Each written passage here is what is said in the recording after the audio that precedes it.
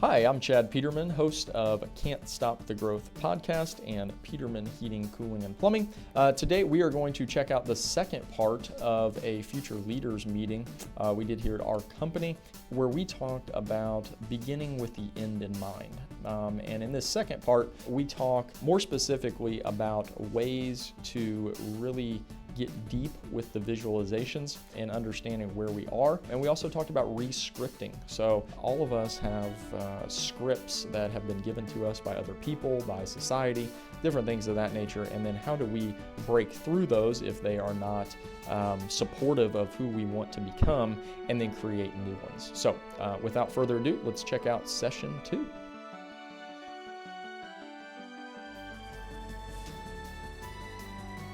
I think it's important to find those people in your life that you want to be like. Talked about this last time. The reason that luckily we had some more people join up on the health incentive app for people to get active and kind of have that active lifestyle. And you talk to most people, that's hard. That's really, really hard for them to get into that mentality. It's like a chore to go work out. It's something that they don't want to do. And for me, in my experience, that's one of the easiest things to do in the world. It's just part of my whatever. And I think a lot of that comes from the fact that I've been in athletics since I was 5. And from 5 to 22, even past that, I've played something. And that is my creation. That's my influence, is just being around it all my life. I don't know any different.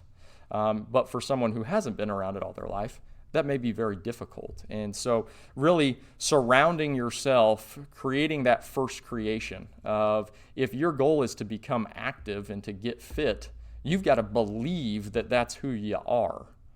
Same goes for a leader.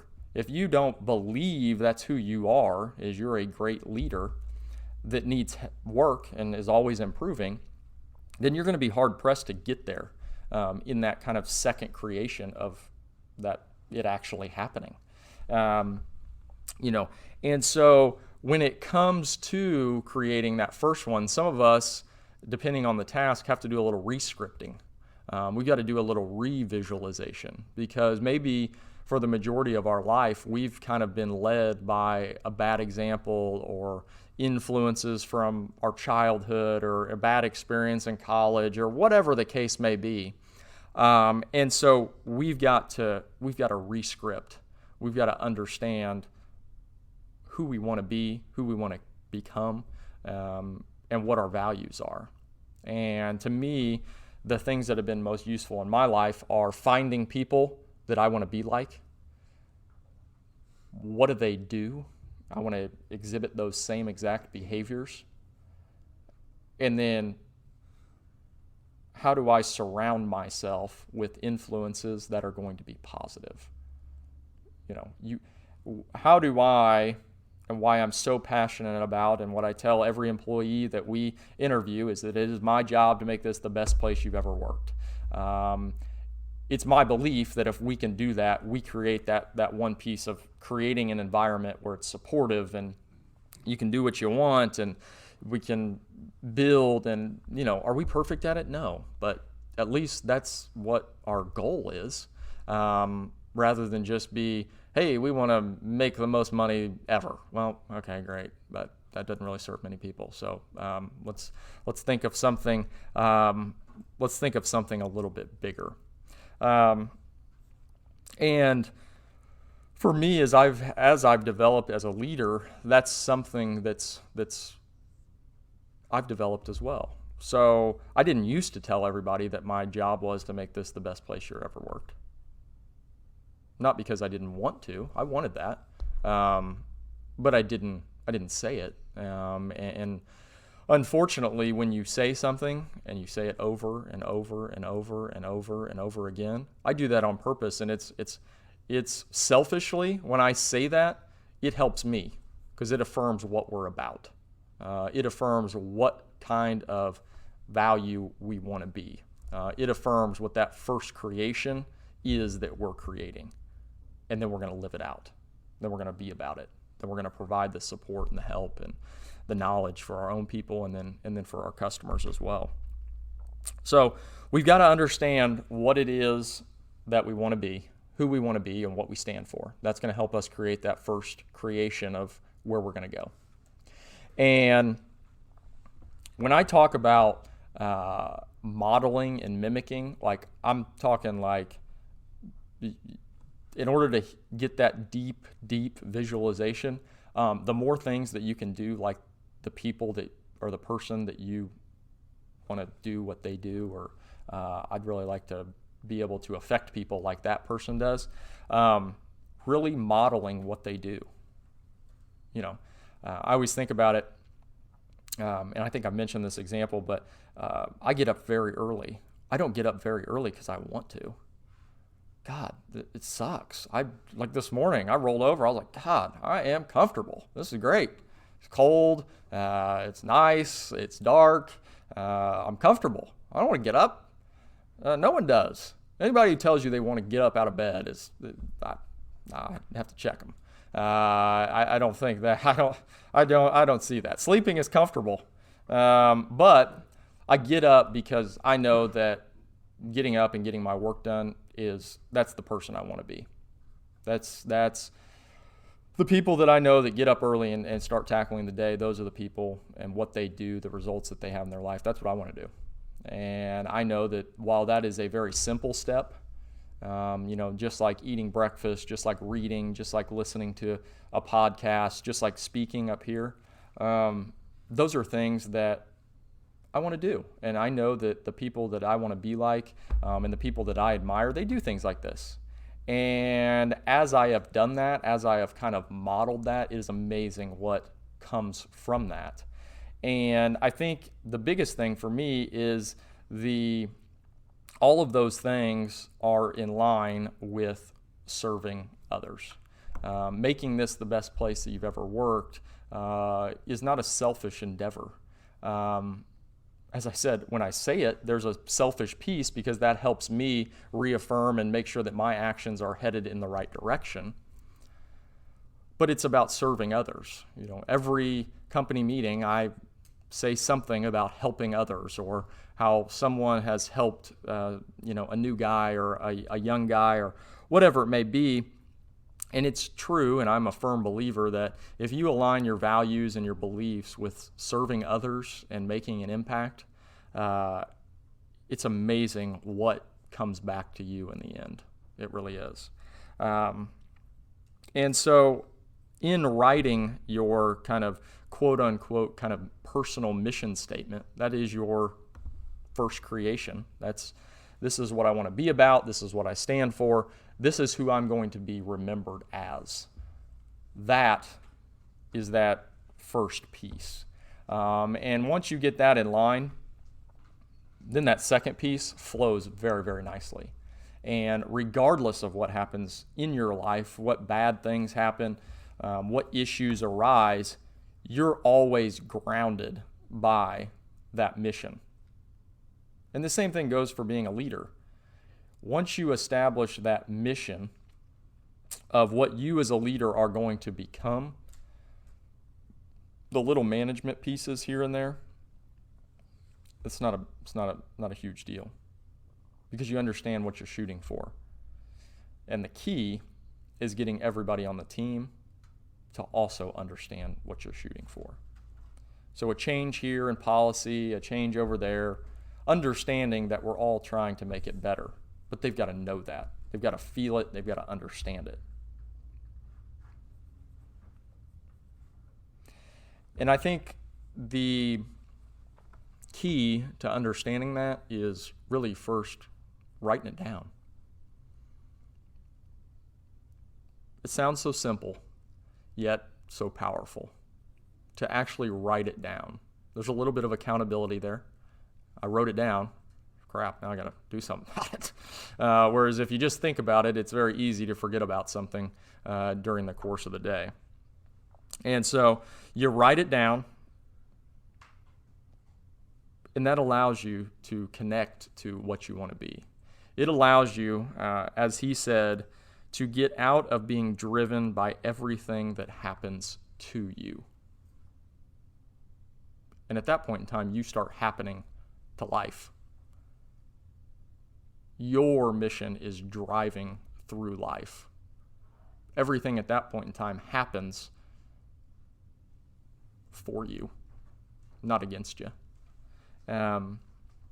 And as we imagine this, as we think about it, a couple of the keys that he talks about is, and this is in order to create that first creation, a couple of the keys that he talks about is one, expand your perspective. So we talked about perspective a little bit on Wednesday, and I think the perspective for me, and we do this sometimes when we go to go to a funeral, or think about how you want to be remembered, and while all those are big and lofty things, I think they're important to think about. How do you want to be remembered? What are the things that you want to accomplish, and why do you want to accomplish those things? Someone asked me a couple of months ago, I think it was in relation to business and things like that, and we got to talking, and this guy I really, really respect, and he kind of said, it would be a real shame if at the end of it, on my tombstone it said, "Great at business." That'd be kind of boring. And really, what did that accomplish? And that got me really thinking about, with as much as time as I spend on this, that would be really unfortunate if that's how I was remembered, as just being correlated with business. And I think that, and kind of inadvertently, I guess, have come to understand that this business serves a very deep purpose, and that is really to change lives, and that is what I want to be remembered for, and that is to service others, to allow them to dream, to take care of customers, whatever it may be. That is what we are in the business of at this company. And I think when we have it aligned like that, there's really no limit to what we can achieve, because ultimately people can buy into that. If we just said, hey, we're here to create a great company, are you going to get some buy-in? Yeah. But when you change the mission of the company is to change lives, and while that sounds like a big term, it really does. And I think people have sometimes a hard time understanding the fact that, like, you do heating and plumbing. Understandable. I get it. But that doesn't mean we can't do whatever it is that we want to do. It doesn't mean that we can't make a large impact on the world. And I truly, truly believe that. And ultimately, that's what got me into this business. I'm not technically inclined, own some tools, mostly remain on the shelf. It's probably a good thing. Don't like to use them, will if I have to. Just not comfortable, which is fine. And thus, I was never really interested in getting in this business. And it really, even when I first started, I don't know that I was super interested. I was interested, but I wasn't I definitely wasn't like I am now. But it took a lot of discovery and understanding that this is a people business. This is a dream business. Regardless of what you do, you have the ability to always be serving other people. And that's what I truly love. That's what allows me to not view this as work. It isn't. This is fun. But that goes back to my personal mission statement of trying to affect the lives of as many people as I can. Well, I can do that in whatever setting it is. It's more so, and I can't remember who told me this, but it's not so much about work-life balance. It's about work-life purpose. What are you doing? We spend an awful lot of time at work, quote unquote. So is our work serving others? Are we serving our mission of what we want to do in life? And I think once we can align that, then your actions follow. You're able to respond to any situation in the same light that your first creation was built in. This is who I am. This is what I'm about. It doesn't matter if I'm fixing a water heater or at my son's baseball game. I'm serving the same mission. And when we can get in that place, that is really powerful, because that goes from, I'm not here to run a service call. I'm not here to, do payroll. I'm not here to do any of that. I'm here to serve others, or I'm here to make an impact. Whatever it is, you can always find that underlying mission, that underlying person that you always want to be. Find those values that are guiding that person that you want to become, that you want to be remembered as. That's when, in my belief, life gets really, really good.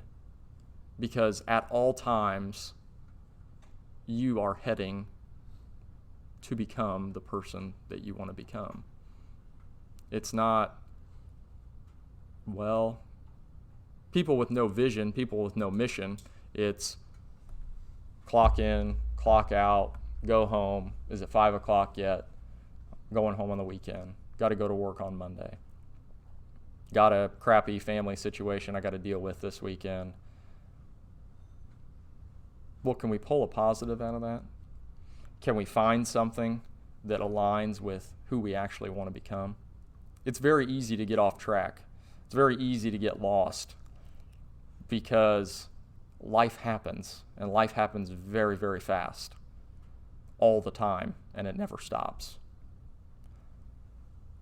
But so long as we have that ingrained in us, and that is the person that we want to become, you'll get there. But it's a long game. It's a very long game, because it really never ends. There's no destination to the person that you want to become. You're not going to be sitting there at 75 and saying, I became the person that I want to become. It's always happening. Always. And thus, regardless of what stage you're in, what position you hold, you can do whatever you want to do. It's just people get so zeroed in to, I'm stuck here, I can't do. No. You're always becoming the person that you want to become. It's just a matter of, who is it that I visualized that I want to become? And is it vivid enough that I can actually go after it in everything that I do? Because if it isn't, then you're going to get sidetracked. And the same thing goes for a leader. What is it that you want to do? Do you want to impact people, or do you want to, drive your team to get the result that you need? Well, driving them to get the result that you need, and never taking a back seat and saying, you know what, how can I help you? You got something going on? Do you need some help understanding this? What are you struggling with? That's when we help them. That's when we move into that realm of who we want to become, and how we help others become what they want to become. But we got to discover it first. You got to take time out, and you got to really think about it. You got to get into that zone where you can understand what you truly want to become. We only get one crack at this life. So to me, it's very important to get clear on who you want to become as soon as possible.